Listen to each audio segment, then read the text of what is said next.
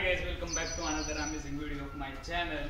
पिछले वीडियो में हमने सीखा था बॉडी में फैट कैसे बढ़ता है, बॉडी में फैट डिपोजिशन की प्रोसेस हमने सीखी। तो इस वीडियो में हम सीखेंगे कि फैट लॉस कैसे करना है। इस प्रोसेस में हम बीएमआर क्या है वो देखेंगे। बीएमआर मतलब बेसल मेटाबॉलिक रेट, वो क्या है वो भी सीखेंगे। और कार्डियो करने से ज़्यादा फैट लॉस होता है या फिर वर्कआउट करने से या फिर एक्सरसाइज करने से या फिर रेजिस्टेंस ट्रेनिंग करने से, ये सब क्वेश्चंस के आंसर इस वीडियो में आपको मिल जाएंगे। तो शुरू करते हैं।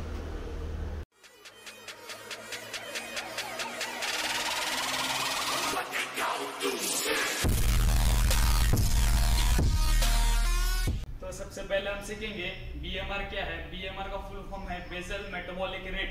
तो बेसल मेटाबॉलिक रेट समझने से पहले हमें समझना पड़ेगा बेसल क्या है।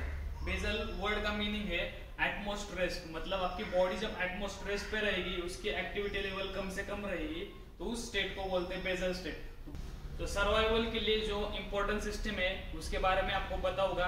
सबसे पहले है डाइजेस्टिव सिस्टम, जो आपके डाइजेशन का काम करती है। रेस्पिरेटरी सिस्टम, जो इनहेलेशन एक्सहेलेशन का काम करती है, बॉडी में ऑक्सीजन अंदर खींचती है, कार्बन डाइऑक्साइड को बाहर भेजती है, फिर वो ऑक्सीजन एब्जॉर्ब होता है ब्लड वेसल में, जो आपकी कार्डियोवैस्कुलर सिस्टम करती है। फिर ब्लड सर्कुलेटरी सिस्टम से वही ऑक्सीजन को पूरे बॉडी में सर्कुलेट किया जाता है। ये सब काम को सेंट्रल नर्वस सिस्टम देखती है। मतलब बहुत सारे सिस्टम बॉडी में इनडायरेक्टली, मतलब आप अगर स्लीपिंग मोड में भी हो या फिर सोए हो, फिर भी ये आपके बॉडी के सर्वाइवल के लिए इनडायरेक्टली काम करती है। इम्यून सिस्टम भी वैसे ही काम करती है। इम्यून सिस्टम आपके बैक्टीरिया या फिर वायरसेस, इससे फाइट करने में आपको मदद करती है। तो ये सिस्टम को हम कंट्रोल नहीं करते, फिर भी ये सिस्टम अगर हमने एक्टिव रहे या फिर हम इनएक्टिव रहे, रेस्ट करें, खाना खाए, सोए, कुछ भी करेंगे, तो भी ये सिस्टम आपके बॉडी में रनिंग मोड पे ही रहता है। तो बीएमआर क्यों इम्पोर्टेंट है? तो बीएमआर मतलब बेसल मेटाबॉलिक रेट, मतलब ये बेसल मेटाबॉलिक रेट जो है ये इम्पोर्टेंट है क्योंकि आपकी बॉडी, ये जो मैंने आपको सिस्टम बताया, तो ये सिस्टम रन करने के लिए बॉडी को 24/7 एफर्ट्स लगाने पड़ते हैं, कैलोरीज बर्न करनी पड़ती है। अगर आप एक्टिविटी करो या ना करो, आपके बॉडी को मिनिमम रिक्वायरमेंट इतने कैलोरीज की लगेगी क्योंकि आपको सर्वाइव करना है। अभी आप बोलोगे कैलोरीज बर्न होना, जब रेस्ट होते हैं तब कैलोरीज बर्न होना कब खत्म हो जाएगा? तो जब आपका पूरा बॉडी का या फिर आपके बॉडी के सब सिस्टम शट डाउन हो जाएंगे, उसके बाद मतलब आप मरने के बाद ही आपके कैलोरीज बर्निंग की प्रोसेस बंद हो सकती है। तो ये जो मिसकंसेप्शन है कि अगर आप वर्कआउट करोगे तो ये आपकी बॉडी कैलोरीज बर्न करती, तो ऐसा नहीं है। आपकी बॉडी कैलोरीज बर्न करती है जब आप रेस्ट मोड पे भी होते हो। वो डिपेंड करता है आपके बीएमआर पे, मतलब बेसल मेटाबॉलिक रेट के ऊपर। तो अभी तक हमने बीएमआर में बेसल मेटाबॉलिक रेट में बेसल स्टेट को देखा, मतलब एटमोस्ट रेस्ट में जो हमारे कैलोरीज बर्न होते हैं उसके बारे में हमने पढ़ लिया है, समझ लिया है। अभी हम देखेंगे कि मेटाबॉलिक या फिर मेटाबॉलिज्म क्या है। हमारी बॉडी बनती है सेल से, जब सेल्स एक साथ आते हैं तो वो टिश्यू बनता है, फिर बहुत सारे टिश्यूज एक साथ आके ऑर्गन्स बनते हैं, फिर वो ऑर्गन्स एक साथ काम करके बहुत सारे सिस्टम्स बनाते हैं। यही सिस्टम आपके सर्वाइवल के लिए, मतलब हमने सर्वाइवल के लिए जो सिस्टम्स पढ़ी है या फिर मैंने आपको जो सिस्टम्स बताई उसमें ये सिस्टम काम करते हैं। तो आपका मेटाबॉलिज्म या फिर मेटाबॉलिक रेट जो है वो डिपेंड करता है आपके सिस्टम के ऊपर, मतलब आपके बॉडी का कोई भी एक सेल भी अगर वर्क करता है तो उसके लिए जो कैलोरीज यूज होती है वो मेटाबॉलिक एक्टिविटी में आएगा, वो मेटाबॉलिज्म में आएगा। तो अभी हम सीखेंगे बॉडी के 3 टाइप्स क्या है। ये 3 टाइप्स डिपेंड करते हैं बीएमआर के ऊपर, मतलब बेसल मेटाबॉलिक रेट के ऊपर। अगर आपको बेसल मेटाबॉलिक रेट अच्छे से समझ में आया है तो आपको ये 3 बॉडी टाइप समझने में बहुत आसानी हो जाएगी। तो बॉडी के मेनली 3 टाइप रहते हैं। सबसे पहला है एंडोमॉर्फ, दूसरा है एक्टोमॉर्फ, तीसरा है मेसोमॉर्फ। एक्टोमॉर्फ का बीएमआर बहुत हाई रहता है, मतलब उसका बेसल मेटाबॉलिक रेट बहुत हाई रहता है। उस वजह से उसके बॉडी का वेट बहुत कम हो जाता है। उसके बॉडी का कैलोरीज का एग्जम्पशन ज्यादा होने की वजह से वो थिन रहता है, उसके बॉडी में मसल मास कम रहता है। तो सेकेंड बॉडी टाइप है मेसोमॉर्फ, जिसमें बॉडी का बीएमआर रिलेटिवली हाई रहता है। एक्टोमॉर्फ से वो कम रहता है पर रिलेटिवली हाई रहता है, जिसके वजह से उसके बॉडी में मसल मास अच्छा रहता है और बॉडी में फैट परसेंटेज कम रहता है। दिखने के लिए एक्टोमॉर्फ से मेसोमॉर्फ थोड़ा बिल्ड में अच्छा रहता है, उसकी बॉडी एस्थेटिक या फिर एथलेटिक टाइप में दिखती है। हमारा थर्ड बॉडी टाइप है एंडोमॉर्फ, जिसका बीएमआर मतलब बेसल मेटाबॉलिक रेट हाई रहता है, मतलब उसके बॉडी का कैलोरीज का कंजम्पशन, मतलब उसकी बॉडी कैलोरीज को स्टोर करके रखती है, और एक्सपेंशन मतलब कैलोरीज बर्न बहुत कम करती है।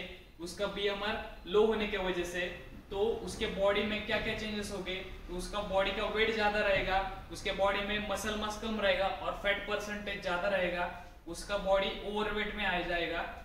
तो अगर आपको बॉडी में चेंजेस करना है, आप अपना बॉडी टाइप देखो क्या है, एंडोमॉर्फ है या फिर एक्टोमॉर्फ है, आप दोनों में से एक रहोगे। अगर आप मेसोमॉर्फ है तो बहुत बढ़िया, आपको सिर्फ वर्कआउट की जरूरत है और आपका बॉडी फिट या फिर आपकी बॉडी का ट्रांसफॉर्मेशन बहुत इजीली हो सकता है। तो हमने 3 बॉडी टाइप क्या है ये जान लिया है।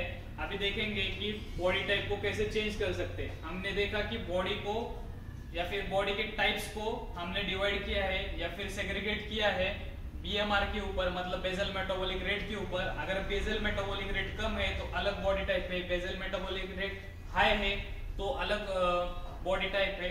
ज्यादातर आपकी बॉडी की टाइप डिपेंड करती है आपके बेसल मेटाबॉलिक रेट के ऊपर। अभी बेसल मेटाबॉलिक रेट को हम कैसे बढ़ा सकते हैं या फिर कैसे बैलेंस रख सकते हैं ये हम देखेंगे। तो बेसल मेटाबॉलिक रेट या फिर मेटाबॉलिज्म को अगर आपको चेंज करना है या फिर मेंटेन करना है तो उसके लिए कुछ अलग सप्लीमेंट्स या फिर कुछ अलग अलग चीज करने की जरूरत नहीं। बेसिक में आपको बताऊंगा, आपको वर्कआउट और डाइट फॉलो करना पड़ेगा। अगर डाइट से आपके कैलोरीज का कंजम्पशन या फिर जो रिक्वायरमेंट है वो पूरी होती है तो आपको सप्लीमेंटेशन करने की जरूरत नहीं है। अगर वो कंप्लीट नहीं होती है तो आपको ऑफ कोर्स सप्लीमेंटेशन करना ही पड़ेगा। मेटाबॉलिज्म बढ़ाने के लिए हम क्या कर सकते हैं, तो मेटाबॉलिज्म बढ़ाने के लिए हम हमारे बॉडी में जो मेटाबॉलिकली एक्टिव टिश्यूज है, मतलब मसल्स है, बोन्स है, टेंडन्स है, ये सब अगर आप बढ़ाओगे बॉडी में तो आपके मेटाबॉलिकली एक्टिव टिश्यूज बढ़ जाएंगे और मेटाबॉलिकली एक्टिव टिश्यूज बढ़ने के वजह से आपके बॉडी का मेटाबॉलिज्म बढ़ेगा। बॉडी का मेटाबॉलिज्म बढ़ने के वजह से आपका रिक्वायर्ड कैलोरीज का कंजम्पशन या फिर रिक्वायर्ड कैलोरीज आपके दिन की जो है बीएमआर रिक्वायर्ड कैलोरीज वो बढ़ जाएगी। तो हमने जो ये 3 बॉडी टाइप्स देखे, इसमें अगर आपको चेंजेस करना है आपके बॉडी टाइप में तो तीनों के लिए अलग अलग से सॉल्यूशंस नहीं है, तीनों के लिए एक ही बेस्ट सोल्यूशन है। आपको आपके बॉडी में मसल मास बढ़ाना चाहिए। मसल मास बढ़ाने की वजह से वो आपके बॉडी को मसल मास मेंटेन करने के लिए ज्यादा एफर्ट्स लेने पड़ेंगे। और जब आप मसल बिल्ड कर रहे हो या फिर मसल मास बढ़ाने के लिए आप जब वर्कआउट या फिर अलग अलग रेजिस्टेंस ट्रेनिंग करोगे तो आपके बॉडी को उस वक्त भी कैलोरीज बर्न कर सकती है आपकी बॉडी, और फिर बाद में आपका मसल मास बढ़ने के वजह से आपके बॉडी के रिक्वायर्ड कैलोरीज भी बढ़ जाएंगे।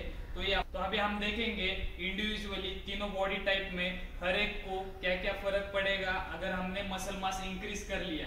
तो सबसे पहले हम देखेंगे एक्टोमॉर्फ, जिसका बेसल मेटाबॉलिक रेट बहुत हाई है।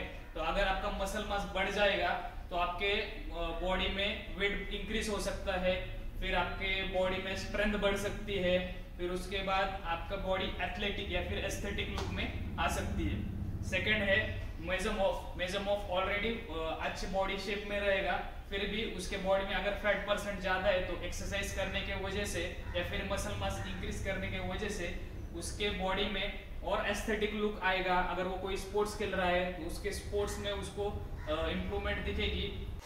तो थर्ड बॉडी टाइप जो है वो है एंडोमॉर्फ, जिसका बेसल मेटाबॉलिक रेट हाई है। अगर आप वर्कआउट कर रहे हो तो वर्कआउट करते वक्त भी आपकी बॉडी से कैलोरीज तो बर्न हो ही जाएगी।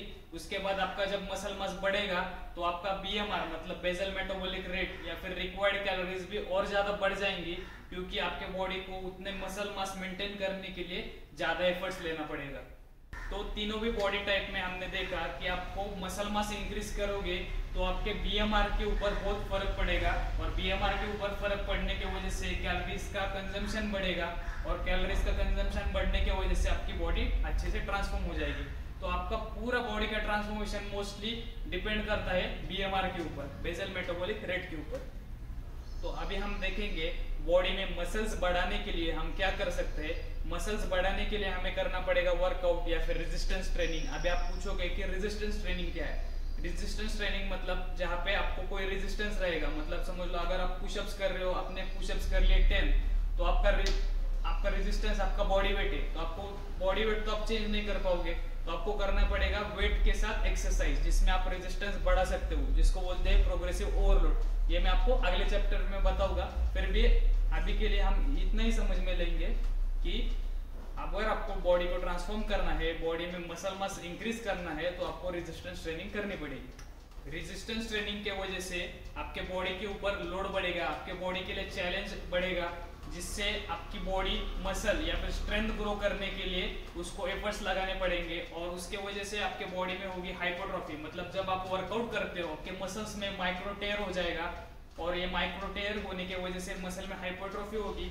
फिर आप जब डाइट करोगे, डाइट करने के बाद वो मसल्स रिकवर हो जाएंगे, फिर मसल्स का साइज बढ़ेगा या फिर मसल मास बढ़ेगा। आपके बॉडी के ऊपर जब लीन मसल मास बढ़ेगा तो आपको पता है क्या होगा, बीएमआर बढ़ जाएगा। बीएमआर बढ़ने की वजह से आपकी बॉडी की डेली कैलोरीज की रिक्वायरमेंट बढ़ जाएगी और कैलोरीज की रिक्वायरमेंट बढ़ने की वजह से आपका फैट लॉस या फिर बॉडी का रिकम्पोजिशन हो सकता है। अभी हम देखेंगे कि एक्सरसाइज करने की वजह से आपके बॉडी में क्या क्या चेंजेस होते हैं। तो आपके बॉडी में स्ट्रेंथ का डेवलपमेंट हो जाएगा और जो आप वर्कआउट कर रहे हो ये एक एरोबिक एक्टिविटी है जिसमें आपकी बॉडी फैटी एसिड्स को यूज करती है एक्सरसाइज के लिए या फिर एनर्जी के लिए।